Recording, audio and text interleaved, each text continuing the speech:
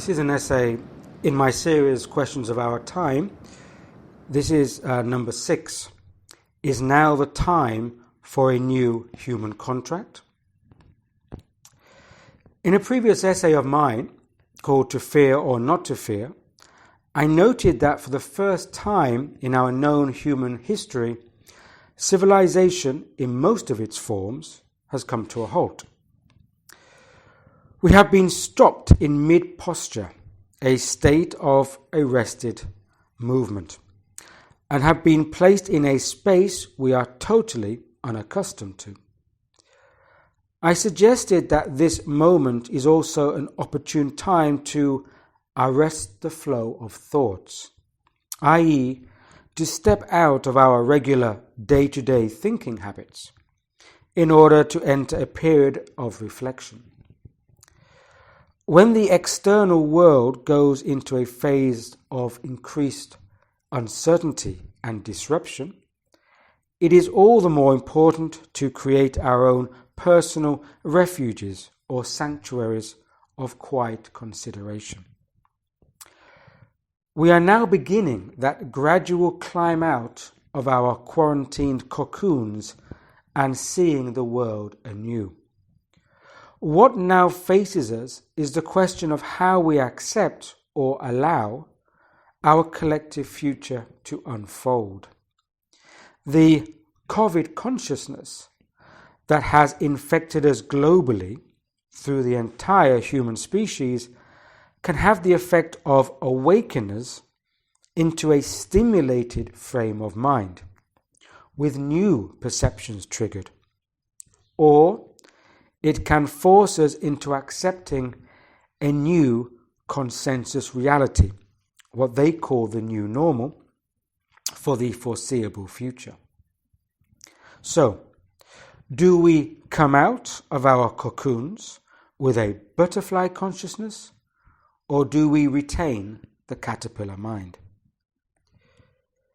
We are presently not all out of our cocooned lockdown, not fully yet. And this, maybe, is a good thing, as many of us still have time for a reconsideration of where we are, what we are doing, and where we wish to go. This is not a story about viruses or dead infectious parasites.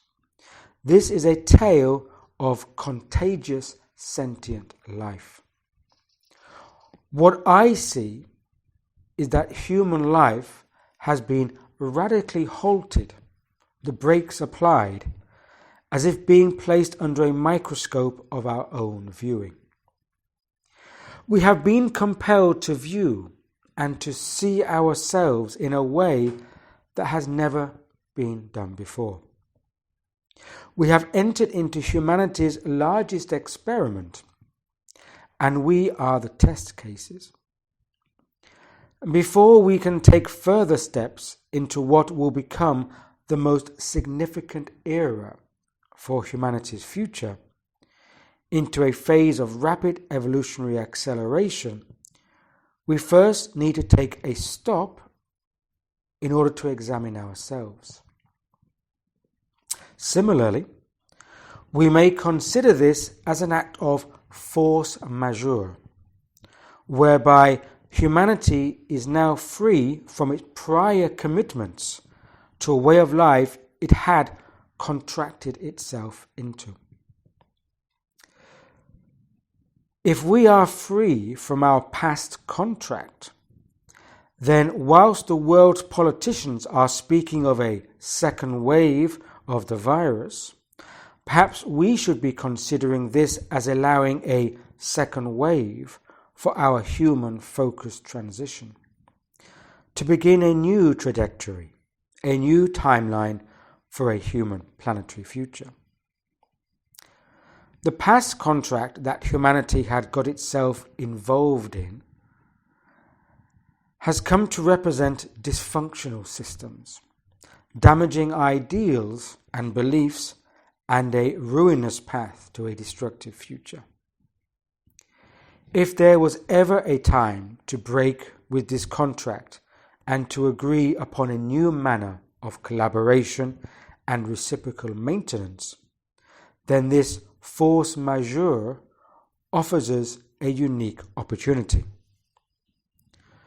For those unfamiliar with the term force majeure, by definition, it is a common clause in contracts that essentially frees both parties from liability or obligation when an extraordinary event or circumstance beyond the control of the parties, such as war, strike, riot, crime, epidemic, or an event described by the legal term act of God, prevents one or both parties from fulfilling their obligations under the contract. This term of law also refers to an event as described as an act of God, something that hits us out of the blue, which is able to annul an existing binding contract. Is this not an ideal opportunity for humanity to free itself from the chains of its bondage to a contract of rife consumerism, widespread corruption in our social systems, endemic fraud, rampant exploitation, and pervasive lies? Is it not time for a new social contract to be negotiated? Yet first, we need to start from a place closer to home. As long as the majority of people expect all problems to be solved outside of themselves, then our societies will continue to be dominated by these unruly forces. The question of liberation from these forces depends upon people willing to assume the responsibility of their own personal power, the power to perceive what needs to be done and how things should be done. The faculties of personal perception need to be awakened further. Instead of running headlong into the external world with passion and the energy to make great change, perhaps first we should be directing this passionate energy into perceiving our own internal states and the necessity for clarity of vision. Only then will we have an aligned, focused intent to manifest the change we wish to see in the world. We cannot go back to where have we been. Also, this new normal, as they call it, is a fallacy. It is a slick marketing trick to lull the mind into the trap of familiarity. There is so much shifting now occurring in the world that for some people it is making them feel dizzy. For others, it is creating a feeling of nausea. Not only is it the sudden shift in the rhythm of our lives that has happened, it is the abrupt halt to familiar patterns of thinking, feeling, and acting. We have been caught off guard, a species that was slumbering when the tsunami arrived. Now we are gasping for air. The compelling forces around us are rushing to remake the old order along their revised lines. Yet this is the same old contract, but updated without our knowledge, and yet binding us into the contract almost indefinitely, perhaps this time with no get-out clause. Perhaps next time the force majeure will not be allowed, and the act of God will be wiped out from the small print. The contract now being written up will be for the next phase of humanity's foreseeable, technologically managed future. And if you cannot see it coming now, then you soon will, when it's all around you. The movement we are in, our current slipstream, is irreversible. The irreversible slipstream is also a perilous current to get swept along in. As well as physical events, this rushing flow is also emotional, psychological, and energetic. It easily pulls a person in so that the observer gets caught up in the action. We are seeing this irreversible momentum now sweeping through many parts of the world, and people from all backgrounds and classes are getting caught in its riptide. These riptides are unpredictable currents that are especially hazardous to inexperienced swimmers. Their increased perilous nature is that they often occur near to the shore where people consider themselves safest. They believe they can always get out easily. Yet this is often not the case. There is a great swell of repressed and angry energy erupting along our shorelines, and this energy is infectious. Some of this energy may be necessary at this time, such as a burning of the fields may help the new seeds to be planted. The issue here is that such erratic energies also need to be detached from, for attaching to them is likely to serve an already existing predisposed agenda.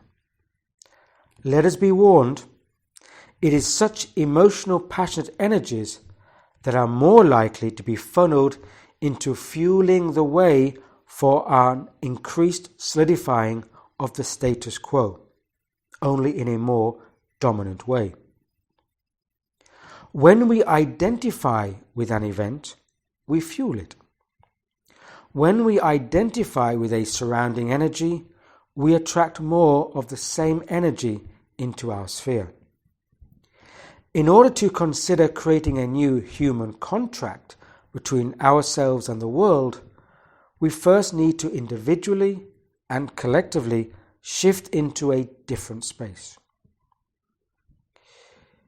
You cannot develop a new way or paradigm by occupying the same space as the old. It's like wearing your parents' clothes to go to your wedding. A new way of doing things requires the allowance of a new energy, which first requires a letting go of the old, incumbent, and now dysfunctional energy. If we do not take this opportunity that has been given to us, there is the looming possibility that old forces will retain their grip onto the old contract and only amend this old document with further clauses and updates of centralized control, social management, and a new technological ordering of human society. The new human being is currently in the state of a human becoming.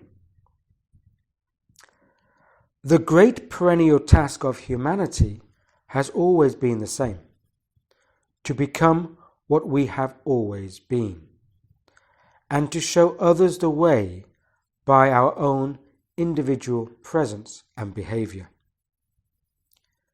When we are finally able to heal ourselves from within, then, and only then, can we heal others and the world without. The power for change begins and ends with us, the individual, not from the hand of a minority elite. The question of a new human contract is to resist the forces of dehumanization. If we do not awaken to our potentials during the space of this COVID consciousness, then we are vulnerable to the encroaching forces of dehumanizing social technological control. The real question of our time is how to retain our humanity in the face of a diverse array of energetic and emotional disturbances.